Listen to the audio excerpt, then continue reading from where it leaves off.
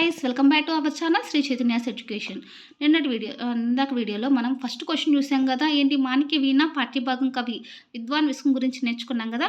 ఇప్పుడు గోరింత ద్వీపాలు, ఇది చాలా చాలా ఇంపార్టెంట్ అనమాట. గోరింత ద్వీపాలు కథనికలో రుద్దుని పాత్ర స్వభావాన్ని, గొప్పదనాన్ని సొంత మాటలో రాయండి అని అడిగారు.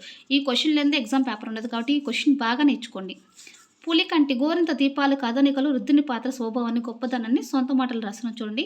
పులికంటి కృష్ణారెడ్డి గారు రచించిన గోరంత దీపాలు కథనికలు రుద్దుడి మనస్తత్వం, మూర్తిభవించిన మనిషి, దీన జనాబంధువుడు. మూర్తిభవించిన మనిషి, దీన జనాబంధువుడు అంటే జనాల కోసం బతుకుతాడనమాట. అనాథ పిల్లలను చేరదీసి వారికి చదువు చెప్పించిన వ్యక్తి. అంటే దీంట్లో ఆ వృద్ధుడు ఏం చేస్తాడంటే అనాథ పిల్లల్ని చేరదీస్తాడనమాట, వాళ్ళకు చదువు చెప్పిస్తాడు. అనాథల పట్ల సానుభూతి చూపించితే చాలదు, వారిని ఆదరించి ఆదుకోవాలని మంచి ఉద్దేశం కలిగిన వ్యక్తి.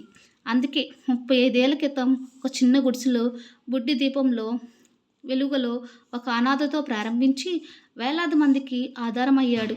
వందలాది మంది ఉపాధ్యాయులకు బ్రతుకునిచ్చాడు. ఎందరో అనాథలను ప్రయోజకులను చేశాడు. కోడిగట్టిన దీపం లాంటి అనాథ బ్రతుకుల్లో కాసంత స్థానుభూతిని, ఓపికను రంగరించి చమురు పోసి గోరింత దీపాలుగా మార్చాడు. ఇవి కొండంత వెలుగునిచ్చేలా చేశాడు. తాను స్థాపించిన విద్యారంగంలోనే ఆ విద్యార్థులకు ఆత్మబంధువయ్యాడు. ఎవరైనా నిందించారని తెలిస్తే నాలో తప్పులుంటే వారి మాటలకు నాకు తగులుతాయి, లేకపోతే గాలిలో కలిసిపోతాయి.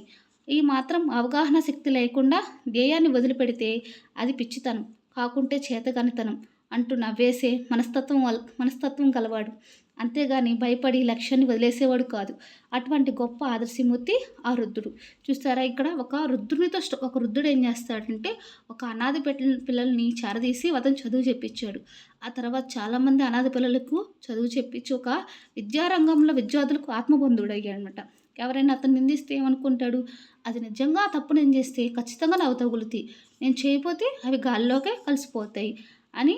ఒకవేళ వాళ్ళు ఎవరో మాటలు అన్నారు అని మనం అదే పడిపెడితే అంటే మనమే ఫీల్ అయ్యామంటే అది మన పిచ్చితనం, లేకుంటే చాతకనితనం అంటూ మనస్తత్వం గలవాడనమాట. అంతేగాని భయపడి లక్ష్యాన్ని వదిలేసేవాడు కాదు. అంటే ఎవరైనా ఏదైనా నేను అదేనా కాదు అనుకొని లక్ష్యాన్ని వదిలేసేవాడు కాదనమాట.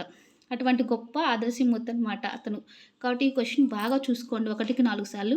ఇంకొకసారి చూస్తున్నాను వీడియోలో. ఎవరికైనా సరే ఈ 10 క్వశ్చన్లు పీడిఎఫ్ కావాలన్నా, అలానే గ్రామర్ పాయింట్ కూడా డిస్కస్ చేస్తానండి. ఆ గ్రామర్ పాయింట్ కూడా ఉంటుంది. సో కావాలనుకుంటే ప్లీజ్ నా నెంబర్కి కాంటాక్ట్ చేయండి. ఇది నా నెంబర్ 9866812824 అనమాట.